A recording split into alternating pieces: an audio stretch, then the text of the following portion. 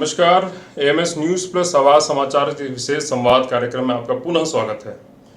जी हाँ, संवाद आपका बहुप्रतीक्षित कार्यक्रम जहाँ लेकर आते हैं हम आपसे संबंधित सवाल जो सरोकार रखते हैं आपसे, समाज से और जनता से, और उन प्रश्नों का उत्तर लेते हैं अपने बीच उपस्थित एक्सपर्ट के द्वारा। तो आज हमारी परिचर्चा का विषय है इनफर्टिलिटी के कारण, यानी दंपतियों में निसंतानता के क्या कारण है और क्या है उसके उपाय। तो आज इस पर चर्चा में हमारे एक्सपर्ट हमारे बीच जो उपस्थित हैं वो है डॉक्टर नीलम ओहरी जी, जो सुप्रसिद्ध विशेषज्ञ हैं और बनारस और पूर्वांचल में एक हस्ती है। डॉक्टर नीलम ओहरी जी, स्वागत है आपका इस संवाद कार्यक्रम में।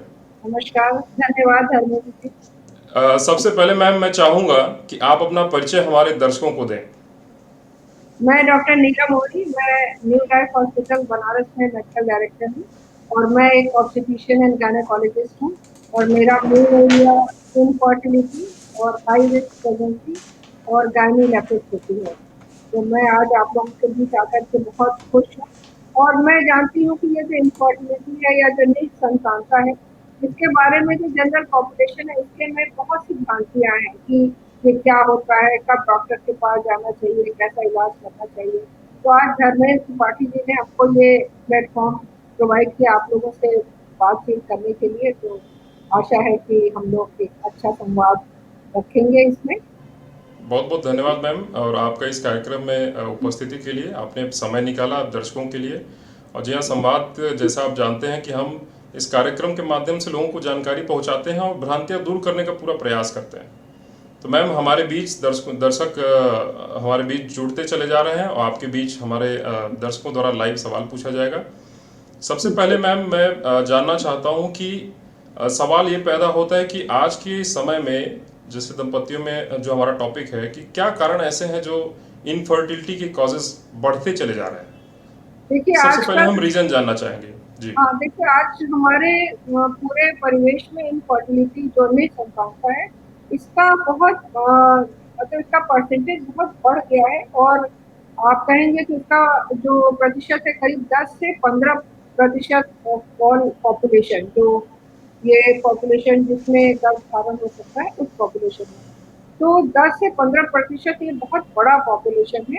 और इसका जो सबसे बड़ा कारण है वो आज के समय में ये पता चलता है कि जो अभी हम लोगों का स्ट्रेस और स्ट्रेन का जो माहौल है, हमेशा से ही आज और बड़ी जिंदगी, बहुत तनाव, परिवार में तनाव, समाज में तनाव, वो एक बहुत बड़ा कारण है। इससे स्त्रियों का जो हार्मोन लेवल है वो बहुत ही ज़्यादा अफेक्टेड होता है और जो पुरुषों का भी जो हार्मोन लेवल है उसकी उनकी और शारीरिक क्षमता वो बहुत ज़्यादा अफेक्टेड होती है। और कारण अगर मैं कहूँ तो एक दूसरा बड़ा कारण है, उसके दो पहलू हैं। एक तो ये कि आज हमारी जो लड़कियां हैं वो बहुत शिक्षित हो रही हैं, वो आगे पढ़ना चाहती हैं, वो अपना करियर बनाना चाहती हैं, तो उसके चलते बहुत कभी-कभी शादी में बहुत देर हो जाती है। और मैं उसको ये नहीं कहूँगी कि आप जल्दी शादी कर दो, ये मेरा मतलब नहीं है, पर वो इसका एक पहलू है कि देर में फिर होती है तो फिर उसमें फिर जो स्थान है वो भी फिर देर में होता है, तो उसमें फिर परेशानियाँ आती हैं और ऐसा स्त्री और पुरुष दोनों पे लागू होता है। और दूसरा आप जानते हैं कि आजकल हर शहर में एक मेट्रो कल्चर आ रहा है जो भाग-दौड़ की ज़िंदगी बनाता है। हम्म। तो इसमें एक जो है दंपति, एक कोई एक शहर में पोस्टेड है, दूसरा दूसरे शहर में पोस्टेड है, बहुत कम समय पर लोग मिल पाते हैं और जब मिलते भी हैं तो बहुत स्ट्रेस में रहते हैं या अपने पारिवारिक और सामाजिक मजबूरियों में रहते हैं। तो ये दो बड़े कारण हैं कि देर से शादी और स्ट्रेस एंड स्ट्रेन। और एनवायरमेंटल फैक्टर तो आप जानते ही हैं कि आजकल जितने पॉल्यूटेंट्स हैं पूरे एटमॉस्फेयर में वो किस तरह से हमारे शरीर को अफेक्ट कर रहे हैं। ये तो बहुत जी, बहुत माइक्रो लेवल पे अफेक्ट करते हैं, जो कि हम पता भी नहीं कर पाते हैं कि हम किस तरह से हमारे शरीर को affect करते यानी लाइफस्टाइल और आज के हैं। आधुनिक परिवेश और लोगों की तनाव भरी जिंदगी और साथ ही साथ पर्यावरण में बहुत इफेक्ट डाल रहा है आज के इस अब इसको बीमारी का ही नाम दे सकते हैं मैम, जी इसको हाँ, क्या बिल्कुल। कहेंगे। ये तो लाइफस्टाइल डिजीजेज हैं, लाइफस्टाइल से रिलेटेड डिजीजेज हैं। बहुत सी आजकल डिजीजेज लाइफस्टाइल से रिलेटेड है, जैसे कि ओबेसिटी है, मोटापा। हम्म। मोटापा तो सबसे बड़ी बीमारी है। फिर डायबिटीज आप जानते हैं कि 2030 तक ये कहा जाता है कि जो हमारा देश है वो वर्ल्ड हम्म, कैपिटल हो जाएगा डायबिटीज का। क्योंकि जो हम लोगों का है ना, आप देखेंगे कि एक पतला सा भी कोई आदमी है, उसके हाथ पैर पतले होंगे तो उसका पेट जरूर निकला होगा। तो ये जो हम्म, पेट का फैट है, तो ये सबसे ज़्यादा आपको डायबिटीज़ की ओर ले जाता है। फिर हाइपरटेंशन है, हार्ट डिज़ीज़ है, फिर मेटाबॉलिक सिंड्रोम कहते हैं जिसमें कोलेस्ट्रॉल बढ़ा हुआ होता है। फिर हम्म, आप लाइफ़स्टाइल आपकी ठीक नहीं है तो फिर आपको आर्थराइटिस हो जाती है, फिर आप और भी नहीं चल पाते हो। तो एक एक विशेष साइकिल बन जाती है, इसकी वजह से वो, उसकी वजह से वो, इस तरह से पूरा। मैम आप दर्शकों का सवाल आपके बीच आना जी, शुरू हो गया है। एक मैडम, मैं उनका नाम नहीं लूंगा, बट उन्होंने पूछा है कि आईवीएफ उन्होंने 2 बार कराया है, लेकिन फेल्ड है। जी। और इसके इसके कैसे, मतलब इनको सॉल्यूशन चाहिए, इन्होंने पूछा है। दो देखिए बार ऐसा इन्होंने कराया। आईवीएफ का अभी जो भी जिस भी डॉक्टर इन्होंने कराया और हम्म, फेल हो गया, तो जब फेल होता है तो डॉक्टर हमेशा उसको जो उनका पूरा फाइल है, उनकी जो फाइंडिंग्स है, उसको बहुत डिटेल में देखते हैं कि कहाँ हम्म, पर प्रॉब्लम हो सकती है जिसकी वजह से फेल हुआ है। कभी हम्म, होता है कि एग्स मतलब अंडे अच्छे नहीं बन रहे हैं, कभी स्पर्म की क्वालिटी अच्छी नहीं होती है, कभी हम्म, यूट्रस की जो लाइन अंदर की होती है वो ठीक नहीं होती है, हम्म, कभी सब कुछ ठीक होता है फिर भी नहीं होता है, तो उसको इम्प्लांटेशन फेलियर कहते हैं। हम्म, उसका भी अलग से कुछ कुछ ट्रीटमेंट होता है और उसके अलग से इलाज होता है। तो मेरे को उनको ये सलाह है कि वो अपने डॉक्टर से पूछे कि प्रॉब्लम एक्चुअली हो क्या सकती है, फेल क्यों हो रहा है। हम्म, अगर कोई कारण नहीं लग रहा है तो और सब कुछ अच्छा है, तो इससे कभी कभी लक हो सकता है, तो हम्म। उनको फिर से कराना चाहिए। लेकिन अगर कोई कारण है जैसे कि मैंने गिनाया, तो फिर उनको उस तरफ ध्यान देना चाहिए और फिर कराना चाहिए। जी। तो हमारे जो दर्शक हैं, आपको सवालों का जवाब आपके मिल गया होगा मैम के द्वारा कि एक डॉक्टर से अपना रीज़न ज़रूर अवश्य जान लें। जी। मैम, आपने बहुत सारी बुक्स पब्लिश भी की हैं, बहुत सारी आपने लिखित इन सब पे लिखा भी है। आपको क्या लगता है कितना परसेंटेज है इस पॉपुलेशन का, कितना परसेंटेज इससे इफेक्टेड है? इफ मैंने we are talking about in percentage. 10 to 15% of population और मतलब दिस ग्रुप जो अभी कंसीव करना चाहता है, उसमें 10 से 15% को बहुत ज़्यादा परेशानी होती हम्म, 10 से 15%। है। जी, जी, जी। और ये मुझे लगता है कि धीरे धीरे ये बढ़ते ही चला जा रहा होगा। बढ़ता ही जा रहा है। 10 से 15% ऐसे हैं जिनको कि जैसे 2-3 साल हो जाता है शादी का तो भी नहीं कंसीव कर पाते हैं चाहते हुए भी। हम्म, जैसे अगर कोई चाहता है कि मुझे प्रेगनेंसी हो, कपल, हम्म, तो उसको 1 साल तो ट्राई करना चाहिए। और हम्म, इनफर्टिलिटी उसको तभी ही लेवल करते हैं जब वो बिना किसी कॉन्ट्रासेप्शन के वो लोग चाहते हैं कि हमको बच्चा हो और 1 साल से साथ में रह रहे हैं, फिर भी उनको अगर नहीं हो पा रहा है तो फिर उनको इनफर्टिलिटी के वो कैटेगरी में आ जाते हैं और उनको तब डॉक्टर से सलाह लेनी चाहिए। जी। मैम, तमाम आप बहुत सारे कई सालों से आप प्रैक्टिस कर रही हैं और आप देख रही हैं, बहुत सारे पेशेंट से डील करती होंगी। बहुत सारे इश्यूज ऐसे होते हैं जहां इनफर्टिलिटी की, अगर निसंतानता की बात आती है, तो महिलाओं को ज़्यादा दोषी माना जाता है। जी हाँ। पुरुषों में इसकी क्या सहभागिता है? पुरुषों में इसके क्या परसेंटेज, क्या क्या रीजंस होते देखिए, हैं इनके? मैं आपको बता दूं कि हमेशा महिलाएं ही इसके लिए दोषी मानी जाती है। मेरे पास तो सब गाँव से और शहर से हर तरह के लोग आते हैं हम्म, और हमेशा सास ही लेकर के आती है अपने बहू को, लड़के को तो घर में ही बैठा देती है कि हम्म, चलो मैं तुम्हारी जांच करा दूं।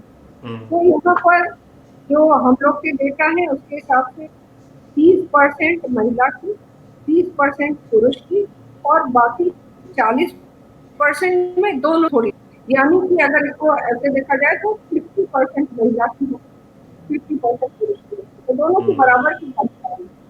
लेकिन अक्सर पुरुष आते नहीं है सामने, टेस्ट भी कराते हैं, सारे टेस्ट महिला के हो जाते हैं, पता चलता है सब ठीक है, तब जाके पुरुष का टेस्ट होता है, फिर नए सिरे से सब कुछ शुरू होता है।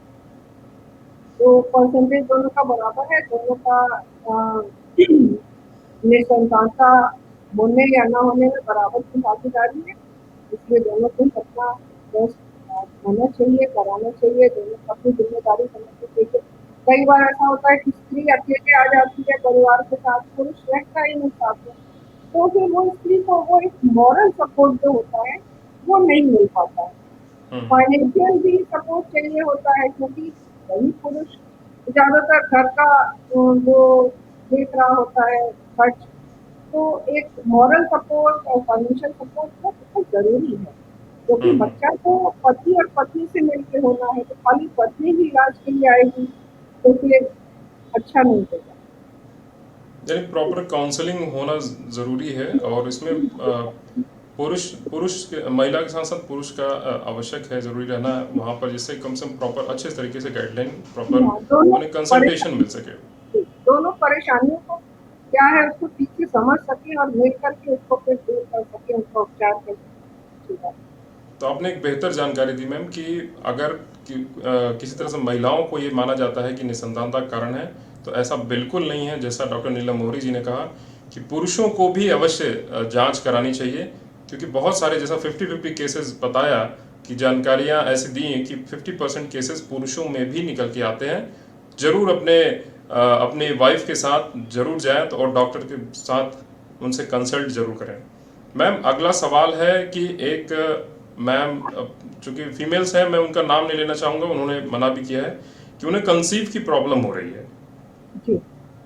और उन्होंने मैं लिखा हुआ है।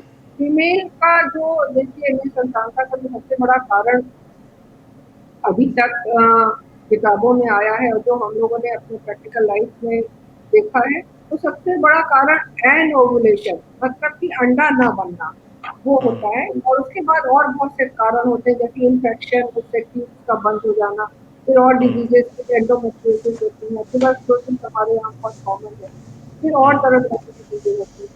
तो सबसे पहला होता है अंडा ना बनना, और उसके कई कारण होते हैं। एक बहुत कॉमन कारण है पीसीओडी, इसका नाम अब पीसीओएस हो गया है, पर लोग पीसीओडी के नाम से जानते हैं। इसमें अक्सर जो मासिक है वो ऊपर हो के आता है, टाइम पर नहीं आता है, कम आता है।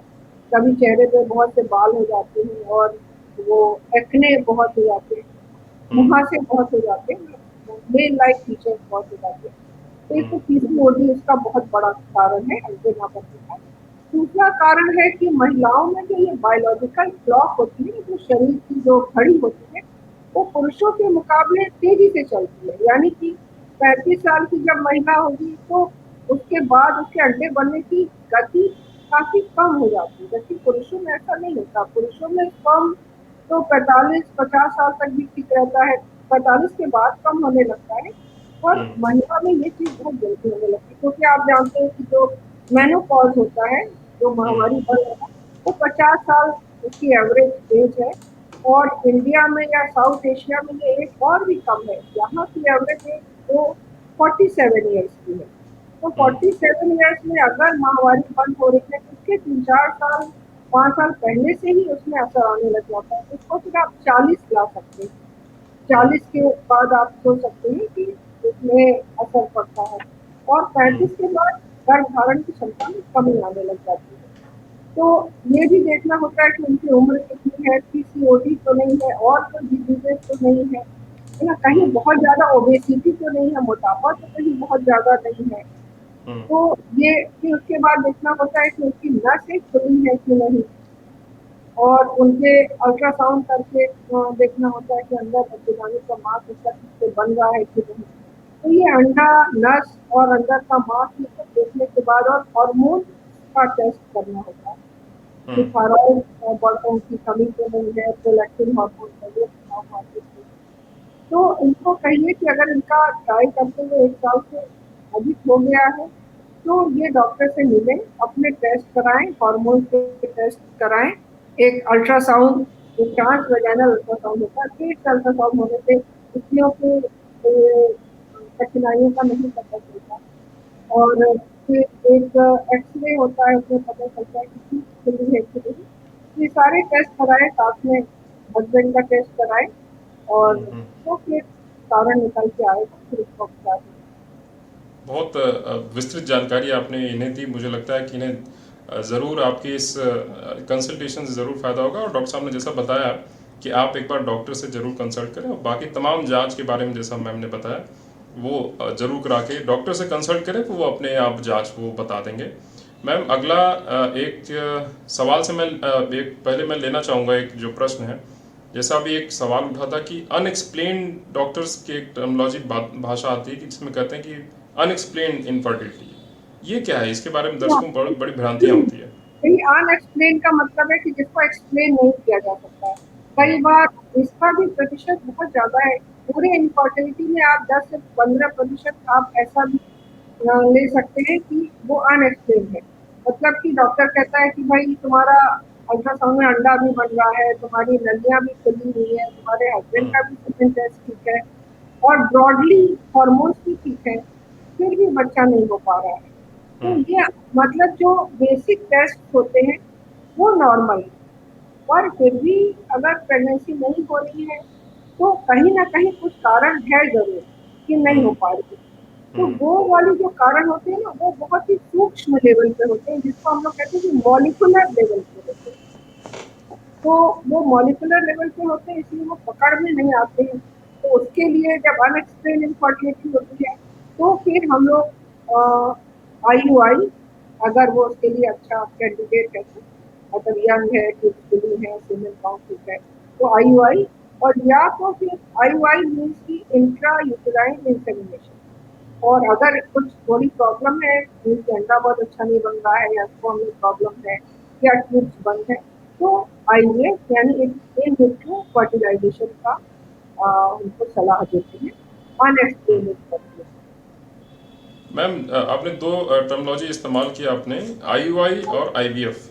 मैम ये क्या चीज़ है? इसकी ये कौन सी विधा है देखिए इलाज का? इसके IUI बारे में का थोड़ा सा मतलब जानकारी है, दें। तो इसको आप पूरा एक्सपेंड करें तो IUI मीन्स आई से इंट्रा, इंट्रा मीन्स अंदर, और यूट्राइन मीन्स की गर्भाशय। इंसेमिनेशन का मतलब कि स्पर्म अंदर डालना। तो आप इसी से आप समझ सकते हैं कि ये क्या प्रक्रिया है। तो इसमें जो लेडी है उसको कुछ दवाएं और इंजेक्शन दिया जाता है कि उसके जो अंडे हैं वो फली की भांति बन सके, और फिर उसके हस्बैंड का सीमन लेके उसको प्रिपेयर किया जाता है। उसमें से सब फ्लूइड्स वगैरह हटा दिए जाते हैं और जो तेज गतिशील चलने वाले स्पर्म्स होते हैं उनको लेकर के महिला के गर्भाशय के अंदर डाला जाता है, इस उम्मीद में कि हमने अंडा अच्छा बनाया है, हमने अच्छे स्पर्म्स अंदर डाले हैं, डायरेक्ट उसको ट्यूब के पास तक पहुंचा दिया है तो गर्भाधान हो सकता है। तो उसको इंट्रायूट्राइन यूट्रस के अंदर। और जो ये इन विट्रो है फर्टिलाइजेशन, इन विट्रो मीन्स कि शरीर के बाहर, इन विट्रो मतलब शरीर के बाहर, और फर्टिलाइजेशन का मतलब निषेचन। तो जब हम शरीर के बाहर फर्टिलाइजेशन करते हैं तो उसको IVF करते हैं। इसमें जो औरत है उसका अंडा निकालते हैं एक प्रोसीजर से, सिंपल प्रोसीजर होता है, और फिर हस्बैंड का स्पर्म लेकर के उसको शरीर उसमें उस अंडे में मिलाते हैं। मशीन के द्वारा मिलता है, ऐसे भी डिश में डाल दो तो भी वो 24 घंटे फर्टिलाइज हो जाता है। तो हम उसको अंडे को और स्पर्म को शरीर के बाहर फर्टिलाइज कर रहे हैं, तो उसको इन विट्रो फर्टिलाइजेशन करते हैं। फिर वो फर्टिलाइज हो जाता है, फिर वो भ्रूण बनता है। तो भ्रूण बनता है तो उसको 3 से 5 दिन बढ़ाते हैं, और हम लोग ज्यादातर आजकल 5 दिन भ्रूण लैब में बढ़ा रहे हैं और उसको ब्लास्टोसिस्ट बोलते हैं। तो वो 5 दिन का भ्रूण फिर महिला के गर्भाशय में प्रतिरोपित किया जाता है, उसको एम्ब्रियो ट्रांसफर करते हैं। इसका पूरा जो है वर्ड वो IVF नीति है। तो IUI और IVF में यही फर्क है कि IUI यूट्रस के अंदर और फर्टिलाइजेशन, और IVF शरीर के बाहर फर्टिलाइजेशन।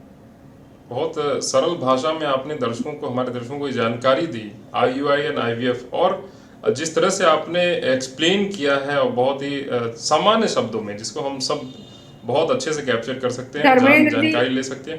ये तो रोज ही बताते रहते हैं पेशेंट को, रोज का जी हाँ ये मैम, काम। ये आपका रोज रोज ये आप ऐसी तरह से पेशेंट को काउंसिल भी करती हैं, जानकारी भी देती हैं, और हमारे संवाद के माध्यम से तमाम हमारे हजारों दर्शक जो देख रहे हैं उन्हें भी आपने लाभान्वित किया, इसके लिए शुक्रिया, आभार।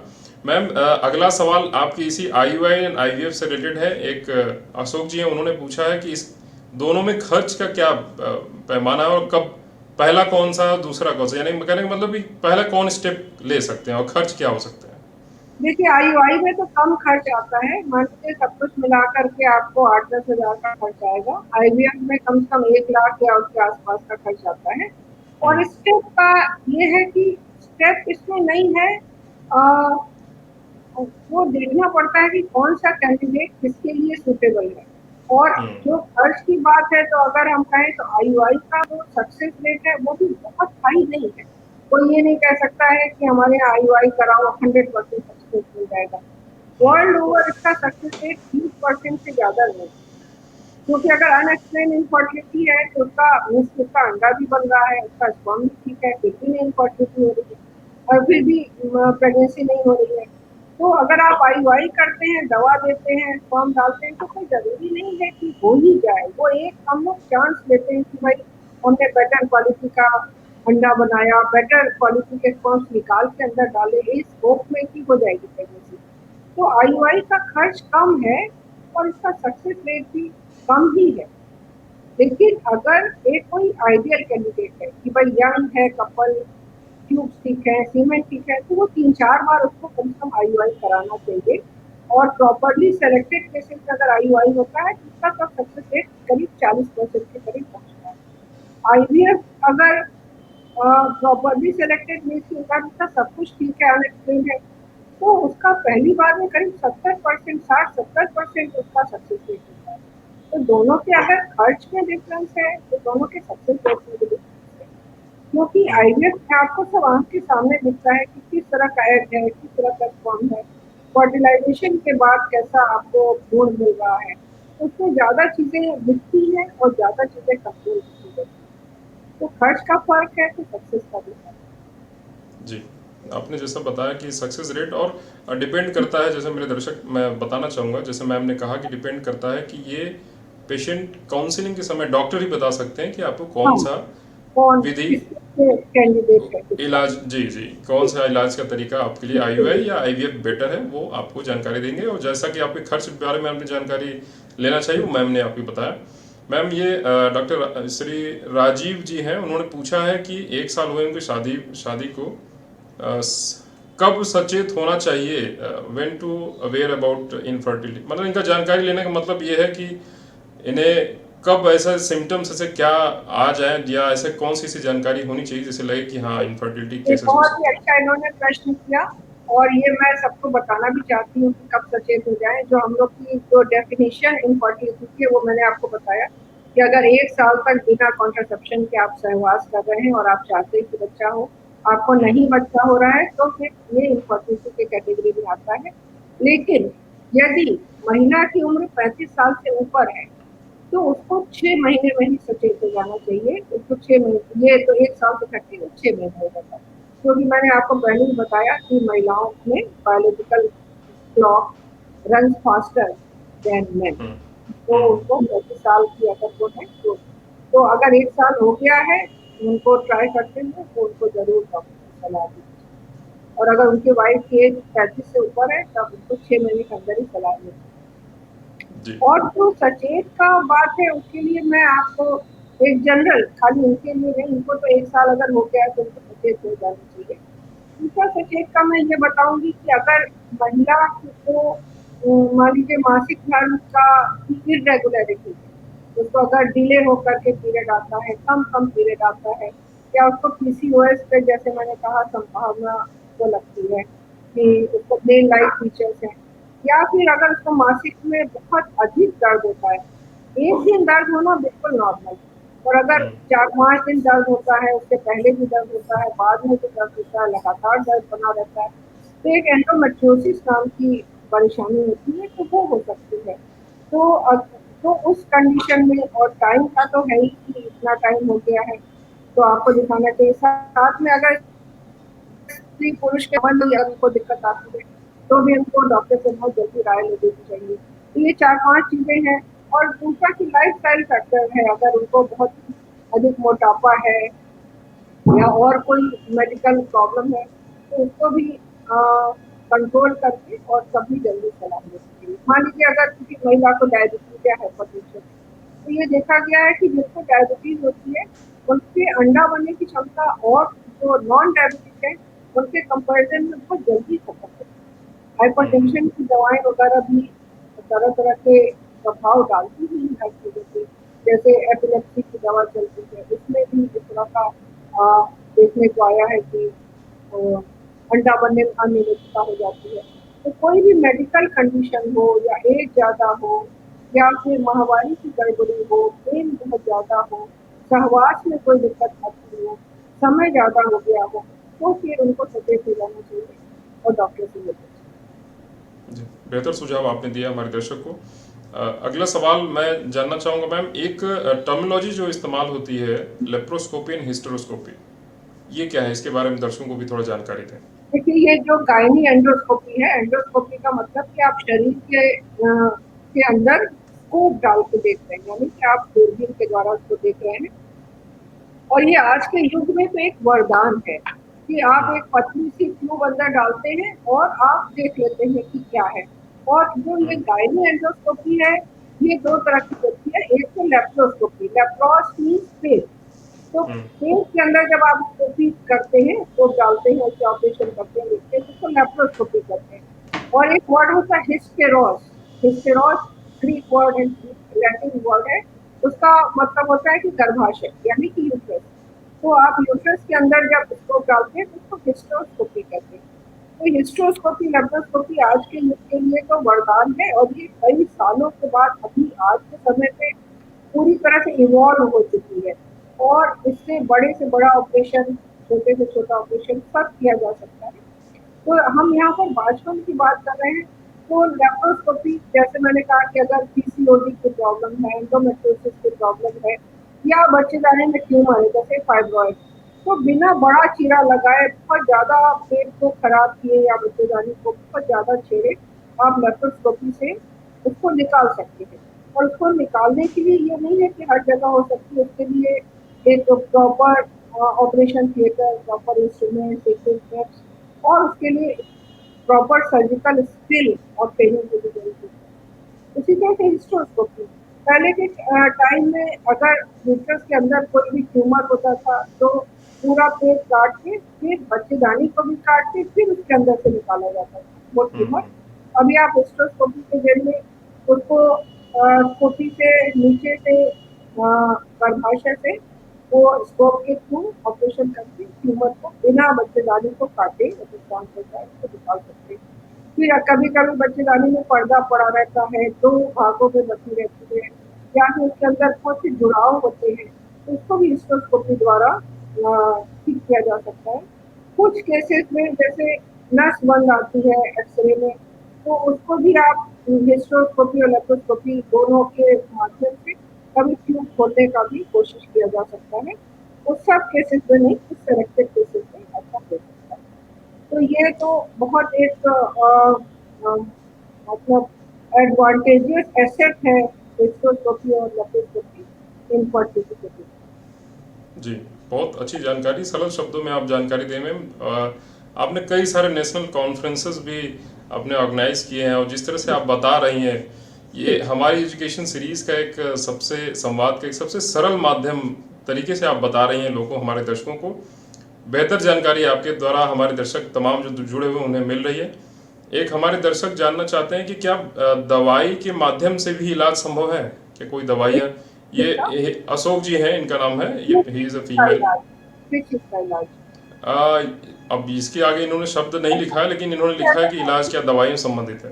देखिए, ऐसा है कि बहुत से मरीज आते हैं, तो अगर वो मान लीजिए कि उनको 3 साल या 5 साल ट्रीटमेंट करते हो गया है, और वो अनएक्सप्लेन इनफर्टिलिटी में आ रहे हैं कि उनका काफी कुछ ठीक है और उनकी एज भी मतलब यंग एज में है, तो उनको सपोज करिए कि मैंने आईयूआई का वो कहा कि एडवाइस दिया कि आप आईयूआई करा लें, तो तभी वो लोग बराबर यही बोलते रहते हैं कि दवा दीजिए, दवा दीजिए। तो दवा, तो आईयूआई भी एक दवा ही है, क्योंकि मैंने आपको कहा ना कि उसमें भी हम लोग दवा देते हैं कि अंडा अच्छी क्वालिटी का बन सके, कुछ दवाएं और कुछ इंजेक्शन। फिर वो सीमेन को साफ करके जो गतिशील स्पर्म्स हैं उनको अंदर डाला जाता है, तो वो भी एक तरह का दवा है। अब वो अगर 3 से 5 साल या 7 साल आप जगह जगह घूम के दवा कर चुके हैं, फिर वही चीज रिपीट करने से, दवाएं तो लिमिटेड है ना, वो सब लोग दे चुके होते हैं, तो फिर एक ही दवा नहीं काम करती। कुछ दवाओं के साथ तो रेस्ट्रिक्शन है कि भाई आपने 6 साइकिल दे दिया, अब आप नहीं दे सकते हैं। ये बहुत से डॉक्टर्स को भी नहीं पता होता है, बहुत जनता को भी नहीं पता होता। एक डॉक्टर के पास वही 6 महीने करके आएगा, फिर दूसरे डॉक्टर के पास फिर 6 महीने। तो दवा दवा दवा, जब दवा से नहीं काम हो रहा है तो आगे तो बढ़ना पड़ेगा ना, नहीं तो फिर वो फ्रस्ट्रेशन तो मेनली तो फिर कपल के पास जाएगा।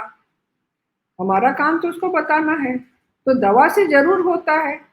हमको तो आईवीएफ भी दवा ही लगती है भाई, उसमें भी हम दवा दे रहे हैं, अंडा बना रहे हैं, साथ में प्रोसीजर इन्वॉल्व है तो मेडिसिन का ही पार्ट, प्रोसीजर्स इन्वॉल्व हैं, तो एक लेवल के बाद तो आपको कहीं तो आगे बढ़ना पड़ता है। तो यही है, लेकिन सब पेशेंट नहीं तैयार होते हैं, कहते हैं नहीं दवा ही चाहिए, तो अल्टीमेटली वो अपना नुकसान करते हैं। क्योंकि जैसे मैंने कहा ना कि स्त्रियों का एज बढ़ता रहता है, और आजकल बहुत देखने में आया कि स्पर्म काउंट धीरे धीरे ग्लोबली, खाली ये इंडिया की बात नहीं, ग्लोबली आप देखें तो पुरुष का स्पर्म काउंट कम हो रहा है। जो पहले हम एमबीबीएस में पढ़ते थे तो जो मिनिमम स्पर्म काउंट था डब्ल्यूएचओ का जो क्राइटेरिया, वो 60 मिलियन था, फिर 25 मिलियन आया, अब 15 मिलियन वो लोएस्ट स्पर्म काउंट वो नॉर्मल मानते हैं, वो भी कम कम होता जा रहा है, तो उनका भी क्राइटेरिया धीरे धीरे कम होता जा रहा है। तो समय के साथ स्पर्म काउंट कम होना, एग का बनना कम होना, और तरह तरह की बीमारियां होती है, तो समय के साथ ये इनफर्टिलिटी बेहतर नहीं होती है, और उसके कंसीव करने के चांसेस कम होते चले जाते हैं। इसलिए जो उनको एक्सपर्ट डॉक्टर बता रहा है, जिसने अपनी सारी लाइफ ही इसमें पढ़ने में और प्रैक्टिस में लगाई है, तो पेशेंट को लगता है कि डॉक्टर पता नहीं किसी अपने पर्सनल गेम के लिए ऐसा बता रहे हैं, लेकिन ऐसा नहीं है। इसको खुद भी सोचना चाहिए कि एक ही इलाज कितने सालों तक किया जा सकता है, अगर उसके फायदा नहीं दे रहा है। यानी टाइम से कंसल्टेशन कराना बहुत आवश्यक है, और समय ज़्यादा ना व्यतीत करें। और एक ही तरह का इलाज हम कितने दिन करेंगे, उससे जी फिर जो मानसिक और शारीरिक और ये वित्तीय तीनों तरह की परेशानी होती है। आप इतने सालों घूम घूम के दवा करेंगे तो उसमें हर तरह का लॉस होता है, इसलिए फिर ठोस कदम आगे बढ़ा के काम करेंगे। जी, आपने बेहतर सुझाव दिया और बताया कि ज़्यादा समय स्पेंड नहीं करना चाहिए एक ही तरह की मेडिकेशन करने से। अच्छा कि आप डॉक्टर से इन बिटवीन अपनी जानकारी लें कि क्या और उसके प्रोसीजर्स हो सकते हैं। डॉक्टर साहब, जैसा आपने बताया कि लाइफस्टाइल मॉडिफिकेशन कैसे करके इस पर थोड़ा सा, क्या ऐसा लाइफस्टाइल को चेंज करके भी इसमें कुछ हम बदलाव ला सकते हैं, इनफर्टिलिटी के लेकिन केसेस भी कम कर ये सकते जो हम लोग संवाद करें, इसके एकदम शुरू में ही आपने कहा था कि इसके कारण क्या है और क्यों बढ़ रहा है, तो मैंने सबसे पहला यही कहा था कि हैं? जी लाइफस्टाइल आजकल बहुत ज्यादा एक तरह से खराब हो गई है, और हम लोगों ने खुद भी खराब कर ली है, और साथ में जो एनवायरमेंटल फैक्टर्स हैं और स्ट्रेस स्ट्रेन है वो तो अपने आप है ही। अभी आप देखेंगे कि हमारे यहाँ मोटापे का कितना अधिक प्रतिशत है, और जरा सा स्त्री की जैसे तुरंत शादी हुई तुरंत ससुराल में जाती है, सब कहते हैं खाती नहीं हो खाती नहीं हो, खा तुरंत 1-2 साल में इतना वजन उसका बढ़ गया होता है। पुरुष भी पीछे नहीं है, उनका भी ज्यादातर तो कहना पड़ता है आप दोनों ही अपना वजन कम करिए, दोनों एक साथ जिम जाइए या टहलने जाइए, एक्सरसाइज करिए। तो मैं आपको बता दूं कि ये जो ओबेसिटी है, मोटापा है, ये महिलाओं को के हार्मोन्स को बहुत बुरी तरीके से प्रभावित करता है। और जैसे इसका सबसे बड़ा उदाहरण तो पीसीओएस है, और उसका आजकल प्रतिशत बहुत ज़्यादा है, ये लड़कियों में, छोटी लड़कियों में, और जो और महिलाएं हैं, यंग महिलाएं, सब में। तो लाइफस्टाइल मॉडिफिकेशन तो सबको बहुत करना ही चाहिए, हेल्थ के प्रति बहुत जागरूक रहना चाहिए। उसमें सबसे पहला मैं कहूँगी कि खाना पीना आपको अपना बहुत क्रिटिकली देखने की ज़रूरत है। और जो मैं इसमें सबसे हार्मफुल जो खाने में मैं मानती हूँ, वो ये है कि शुगर का प्रयोग। और अगर मैं कह दूं किसी को कि शुगर आप ना लो, तो फिर वो गुड़ लेना शुरू कर देता है, फिर वो कहता है गुड़ तो फायदा करता है। ठीक है, गुड़ में जो शुगर है वो गुड़ का रिफाइंड फॉर्म है, गुड़ में थोड़ा मोलासेस होता है जो ऊपर काला काला आया अंदर, उसमें थोड़ा आयरन होता है, पर आप उतने आयरन के लिए अपना उतना कैलोरी नहीं ले सकते हो कि आप उतना अपना वेट बढ़ा लो। तो शुगर का ये मतलब नहीं है कि आप शुगर का मतलब है कि कुछ भी मीठी चीज़ आपको सेवन नहीं करना चाहिए, जैसे चीनी, गुड़, शहद भी आजकल प्योर नहीं मिलता, आप फ्रिज में रख दो, देखिए नीचे व्हाइट-व्हाइट चीनी जम जाती है। और बहुत मीठे फल जैसे बहुत आम, केला, ये इसमें बहुत ज़्यादा कैलोरी होती है।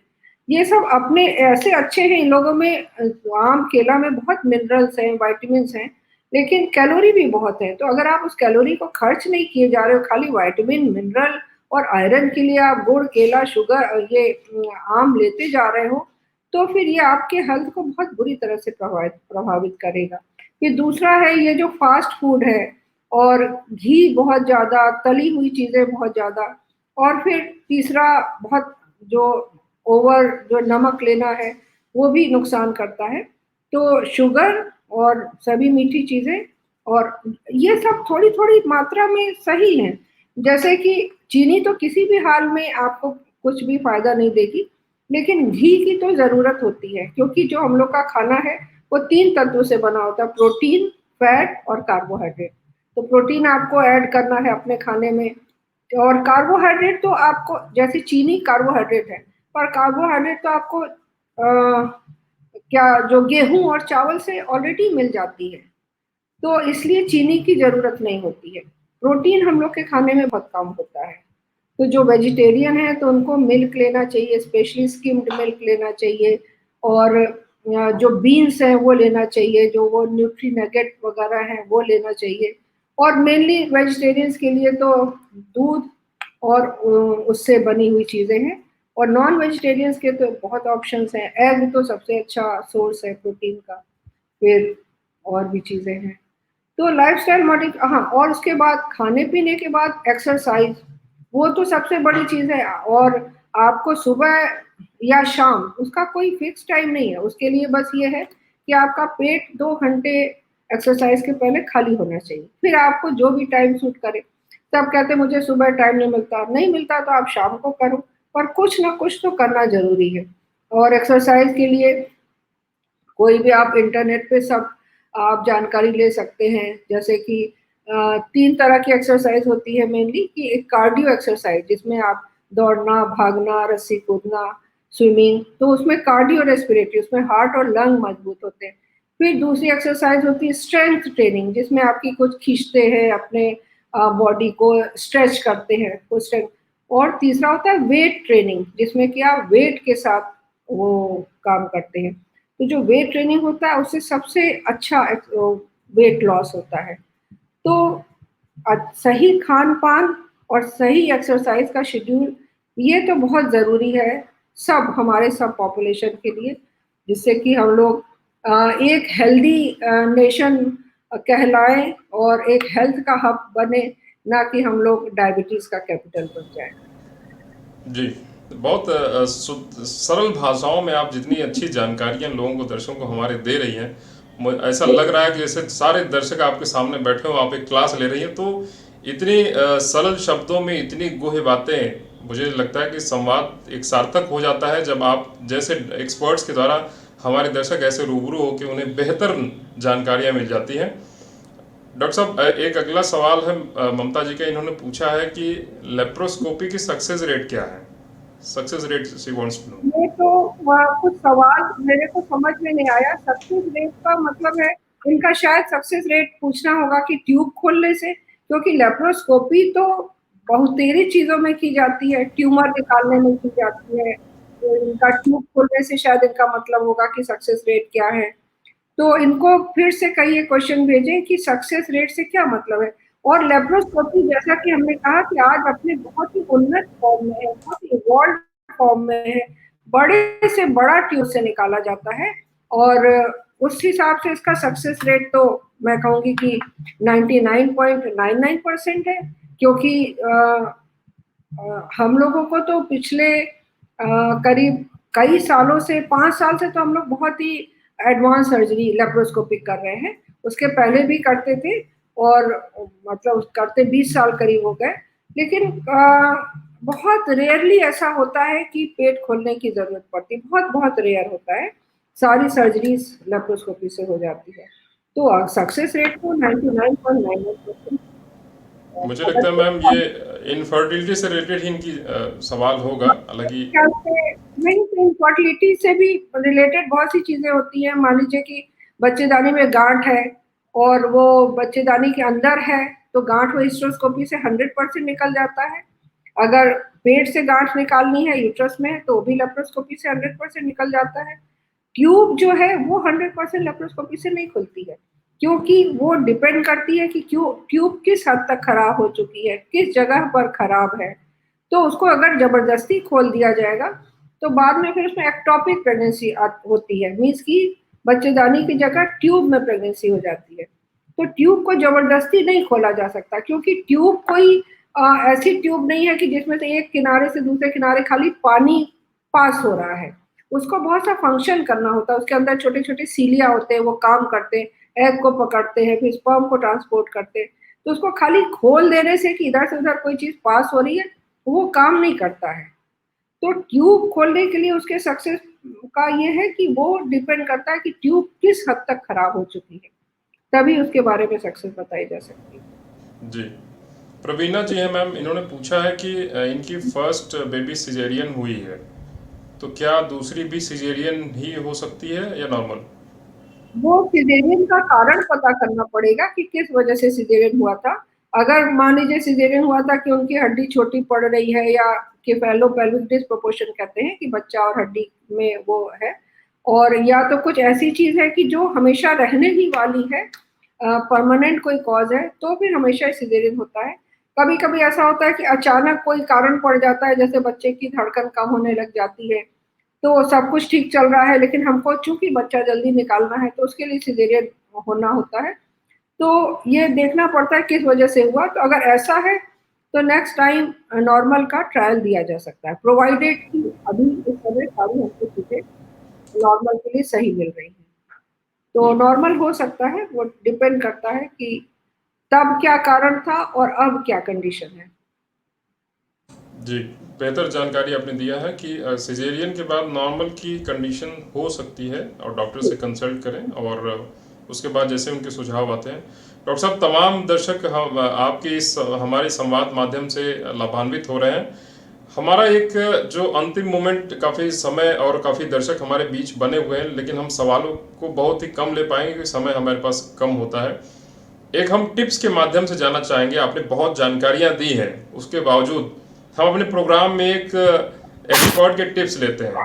तो डॉक्टर नीलम ओहरी के टिप्स, डॉक्टर नीलम ओहरी के टिप्स ऐसे क्या हैं जो इनफर्टिलिटी से रिलेटेड उन्हें बचाव कर सकें? इनफर्टिलिटी से रिलेटेड मैं कहूँगी सबसे पहले कि आपकी अगर शादी हो चुकी है और आप गर्भधारण चाहते हैं एज अ कपल, तो आपको बहुत देर नहीं करनी चाहिए कि आप बहुत देखते रहें। जैसा कि मैंने कहा कि 1 साल होने, अगर आपने ट्राई कर लिया तो 1 साल बाद आप डॉक्टर से मिल लें, और अगर महिला की उम्र 35 से ऊपर है तो 6 महीने बाद ही उसको डॉक्टर से और इनफर्टिलिटी कंसल्टेंट से मिलना चाहिए। फिर दूसरा है कि जो आप हम लोगों ने बहुत डिटेल में बात किया कि अपनी लाइफ़स्टाइल को ठीक रखें। अपना जो आप अपना इंटरनेट पे देखें कि आपकी हाइट क्या है और आपके वेट क्या है, और आप अपना बीएमआई कैलकुलेट करें, और आप एक आइडियल बीएमआई में अपने आप को ले आएँ अपने खान-पान से और एक्सरसाइज़ से। और और अगर जैसे कि लोग कह रहे हैं, अभी क्वेश्चन आया था कि आईयूआई या आईवीएफ नहीं करके हमको दवा से ही ट्रीटमेंट करो। तो आईयूआई और आईवीएफ के बारे में बहुत सी भ्रांतियाँ हैं।